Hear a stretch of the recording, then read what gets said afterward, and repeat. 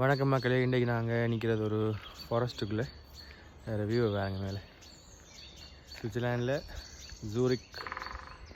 கேட்குது என்ன சத்தம் வேண்டாம், மரம் கொத்துது மரத்தை.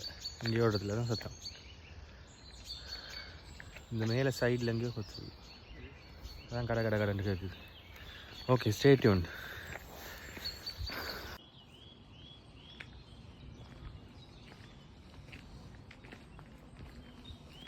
நல்ல தெளிவு தண்ணீர், பயங்கர கிளியராக இருக்குண்ணே. கீழே தெரியுது இந்த மண்.